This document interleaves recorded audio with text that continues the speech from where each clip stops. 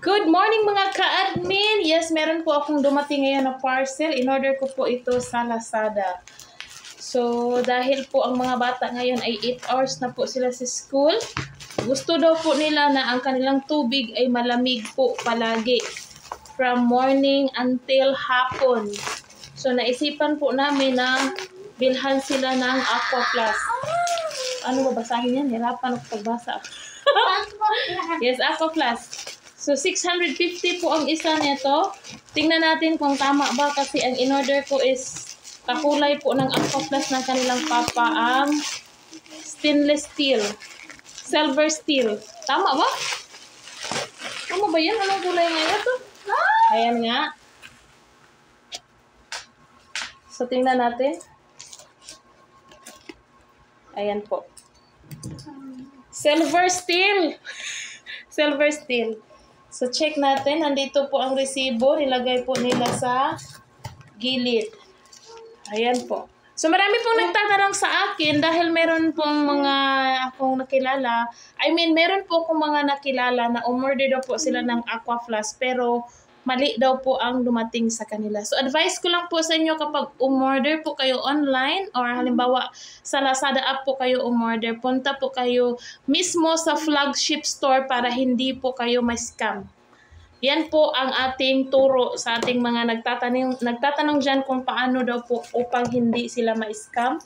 Mismong sa flagship store po kayo bumili.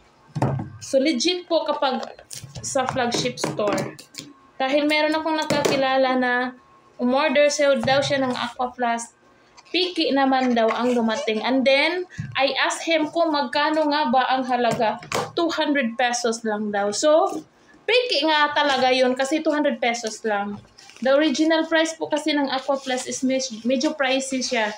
Pero sulit na sulit. Ayan po. Tama naman po ang kulay. Silver steel. Dahil malamig po to, 48 hours malamig pa rin ang tubig mo. Pwede din sa kape, sa mga mahilig sa kape. So ito po ay para kay Akisha. And ito naman po ay para kay Sheikah. So original naman po, legit na original dahil sa flagship store po ako bumili. Mismong sa Aqua Plus po. So, ang nabayaran ko po dito ay 1,350 dahil 650 each. Plus the shipping fee, 49 pesos. So, yung piso, doon na yun. Tip sa rider, piso lang. Ayan po, legit naman po. Yun lang po advice ko sa inyo ha. Diretso po sa flagship store.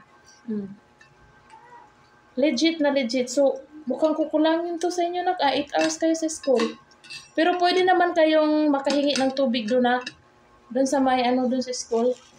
Dispenser, water dispenser doon. Pwede kayong humingi doon kapag naubos nyo at ilalagay nyo dito.